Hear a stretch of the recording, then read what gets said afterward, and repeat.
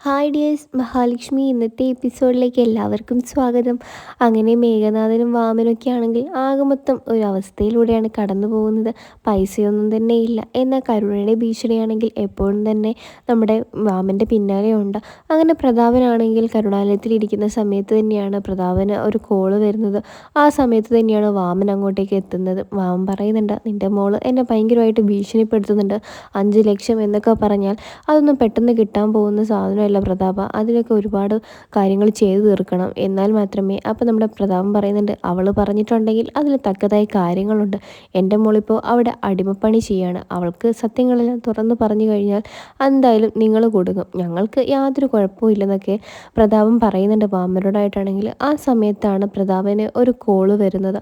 അത് ഒരു unknown number കോളായിരുന്നു. അത് നമ്മുടെ മാർക്കോയാണെന്നുള്ള കാര്യം പ്രതാപന് മനസ്സിലായിട്ടേ ഉണ്ടായിരുന്നില്ല.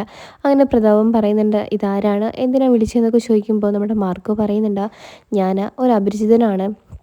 നിങ്ങളുടെ മൂത്ത മരുമകനില്ലേ, അയാളിവിടെ അയാളുടെ ഭാര്യയ്ക്കൊപ്പം കടൽ തീരത്ത് നടന്ന് കളിക്കുന്നത് കണ്ടിട്ടുണ്ട്. നിങ്ങൾക്ക് വേണമെങ്കിൽ ഇവിടെ വന്നൊന്ന് നോക്കാം.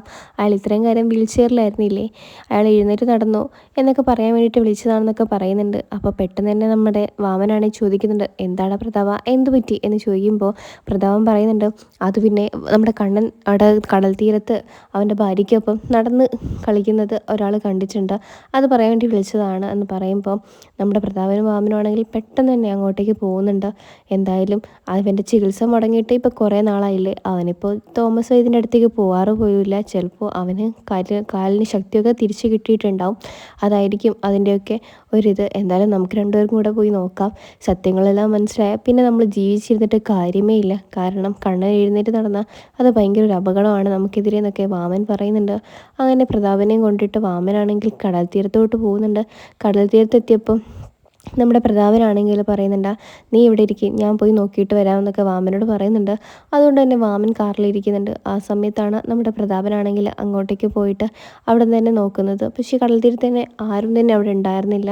അപ്പോൾ പ്രതാപൻ തിരിഞ്ഞു നോക്കുമ്പോൾ പെട്ടെന്ന് തന്നെ മാർക്കോയെ കാണുന്നുണ്ട്. മാർക്കോ ചോദിക്കുന്നുണ്ട്, കണ്ണൻ സാറിനെ അന്വേഷിച്ച് വന്നതാണോ? നിന്നെ കോൾ ചെയ്ത് ഇവിടെ വരെ വരുത്തിയത് ഞാനാണ് പ്രതാപ, നീ അത് മറന്നുപോയല്ലോ എന്നൊക്കെ പറഞ്ഞ് നമ്മുടെ പ്രതാപനിട്ടിട്ട് നല്ലൊരു ഇടി തന്നെ കൊടുക്കുന്നുണ്ട് മാർക്കോ ആണെങ്കിൽ. നീ കാണാൻ പോകുന്ന ഒരു പൂരം നിനക്കിനി പറഞ്ഞറിയിക്കേണ്ട ആവശ്യമില്ലല്ലോ പ്രതാപ. എന്തായാലും നീ ഒരു കാര്യം അറിഞ്ഞോ, കണ്ണൻ സാറിൻ്റെ കുഞ്ഞ് തന്നെയാണ് മഹാലക്ഷ്മിയുടെ വരിയിരിക്കുന്നത്. കണ്ണൻ സാർ എഴുന്നേറ്റ് നടക്കുന്നത് കൊണ്ട് തന്നെയാണ് അവർക്കിടയിൽ ഒരു കുഞ്ഞും ഉണ്ടായത്. കണ്ണൻ സാറിന് ഇപ്പോൾ യാതൊരു കുഴപ്പമില്ല, നീ അറിയിക്കേണ്ടവരെയൊക്കെ അറിയിച്ചോ. എന്തായാലും കണ്ണൻ സാറിൻ്റെ ഈ ഒരു നാടകം ഞങ്ങൾ അവസാനിപ്പിക്കാൻ തയ്യാറായിട്ട് നിൽക്കുക. എന്തായാലും നീ അങ്ങ് അറിയിക്കുന്നുണ്ടെങ്കിൽ അറിയിച്ചോ എന്നൊക്കെ പറയുന്നുണ്ട് നമ്മുടെ പ്രതാപനോട് മാർക്കോ ആണെങ്കിൽ. എന്നതിന് ശേഷമാണെങ്കിൽ ദുർഗയാണെങ്കിൽ കരുണയെ കൊണ്ട് നമ്മുടെ മഹാലക്ഷ്മി ആണെങ്കിൽ പണിയൊക്കെ എടുപ്പിച്ച് കരുണയാണെങ്കിൽ ഭയങ്കരമായിട്ട് ബുദ്ധിമുട്ടിപ്പിക്കുന്ന വീഡിയോസൊക്കെ എടുത്ത് വയ്ക്കുന്നുണ്ട് പ്രതാപനെ കാണിക്കാൻ വേണ്ടിയിട്ടാണെങ്കിൽ. അങ്ങനെ ദുർഗയാണെങ്കിൽ ആ വീഡിയോസും കാര്യങ്ങളൊക്കെ അയച്ചു കൊടുക്കുന്നുണ്ട്. നമ്മുടെ പ്രതാപനാണെങ്കിൽ അങ്ങനെ മുത്തശ്ശി പറയുന്നുണ്ട്, എല്ലാത്തിനും കാരണം നീയാണ് പ്രതാപ, നമ്മുടെ മോളിൽ ഈ അവസ്ഥയിലെത്താനും അവൾക്ക് ഈ ഒരു കാര്യങ്ങളൊക്കെ വരാൻ കാരണം നീയാണ്. നിൻ്റെ ഭ്രാന്തുകളി കൊണ്ടാണ് അവൻ എല്ലാ സത്യങ്ങളും അറിഞ്ഞത്.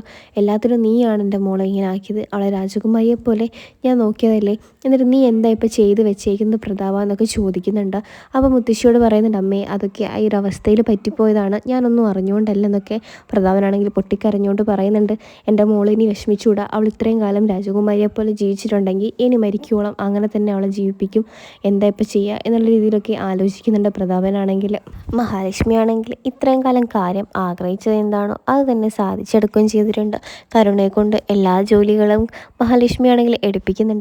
കരുണയോട് പറയുന്നുണ്ട്, നിനക്ക് എന്നെ കൊല്ലാൻ വല്ല ശ്രമം ഉണ്ടെങ്കിലും നീ എന്തായാലും കുടുങ്ങുന്നുണ്ടേ, അതുകൊണ്ട് നിനക്ക് ഇങ്ങനെയെങ്കിലും ഇവിടെ നിൽക്കാൻ സാധിക്കുകയാണെങ്കിൽ ഞാൻ ഇവിടെ എന്തായാലും വേണം, അതുകൊണ്ട് എന്നെ കൊന്നു കളയാമെന്നൊക്കെ വിചാരം ഉണ്ടെങ്കിൽ അതൊക്കെ മനസ്സിൽ നിന്ന് എടുത്ത് കളഞ്ഞേക്ക് എന്നൊക്കെ പറയുന്നുണ്ട്.